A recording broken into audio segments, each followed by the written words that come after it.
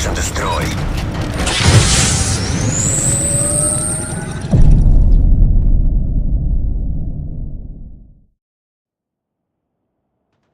Hey, what's up everybody, this is Deathbringer and I'm back today with episode number 17 of the 1000 Plus show, and I'm going to be using a long awaited weapon in this series.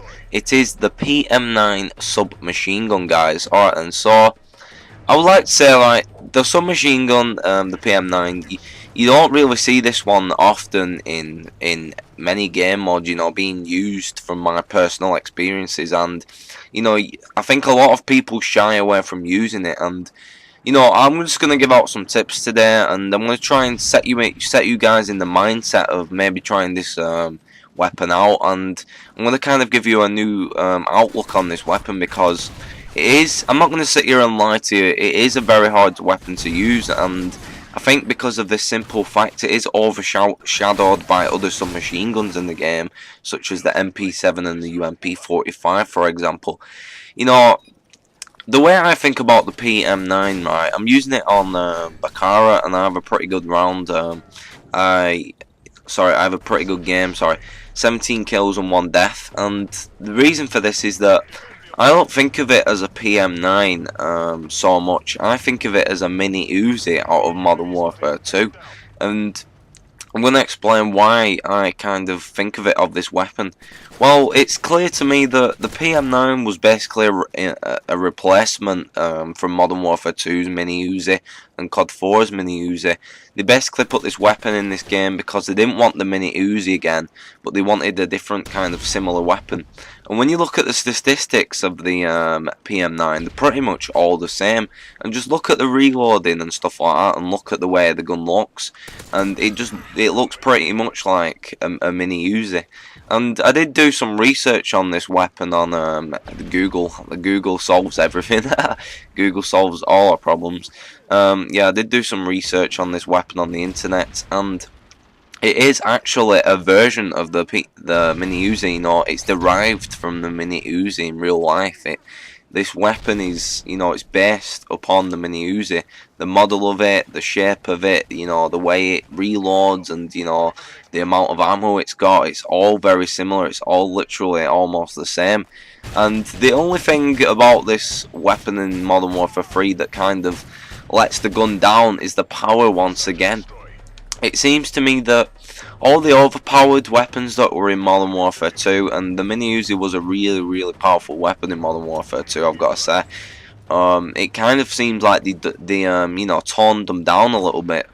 I think this is in aid of balance. You know, they're trying to get these guns balanced, and I think you know, the PM-9 is a hard weapon to use, but combined with knowledge of maps and combined with rushing routes and stuff like that, you know, I did pretty well in this game, and you can do pretty well too if you know how to use this weapon.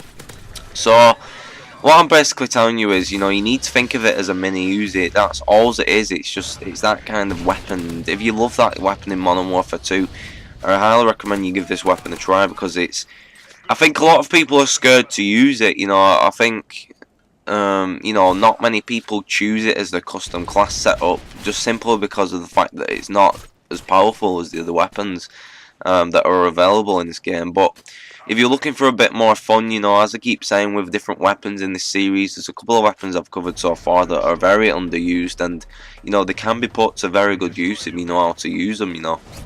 So yeah, alright, and so far we've got some nice rounds going right here. You know, I've got a lot of scoring out. I do miss a Predator missile here, which was pretty annoying. I got an ace in the last round with this PM-9, which I was pretty astounded by.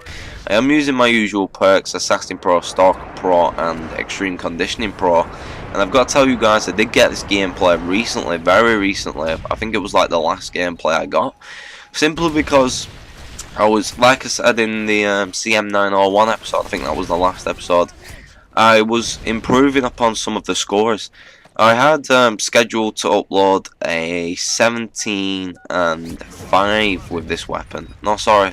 No, that might be wrong. No, I actually had a 12 and 1 with the PM-9, and I thought, 12 kills really with a submachine gun. I thought, I don't know, you know, people are expecting big things from me with the PM-9 because I know you've been looking forward to this weapon for a long time. So I thought, I'm going to go out, I'm going to grind this weapon. I got the red tag, I got the attachment, the silencer, which is the best attachment in my opinion, guys.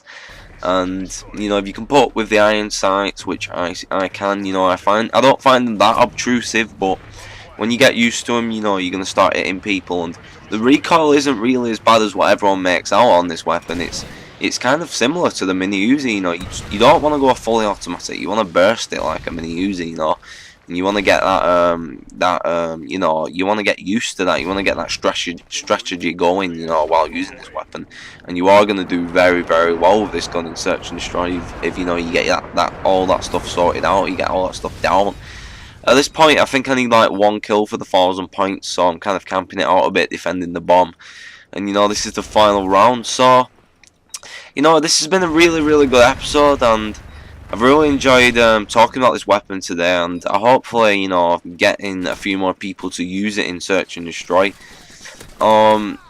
I do get the final kill there for the 1,000 points, and I am using the MP9 along with this weapon today. And you will notice I kept switching back to the PM9 because I wanted more kills with the PM9. I was thinking about you guys, and I thought, you know, I don't want to be called overpowered for using the MP9. The MP9 is a great sidearm to be using this weapon, by the way, because it's got the same amount of ammo, but the MP9 is a bit more powerful, and this gun runs out of ammo pretty quickly, so MP9 is a good backup, guys. That's why I'm using this weapon today. Alright then, thanks for watching. I hope you enjoyed this episode on Bakara. 17 kills and only 1 death. I slay the people, and have a nice day.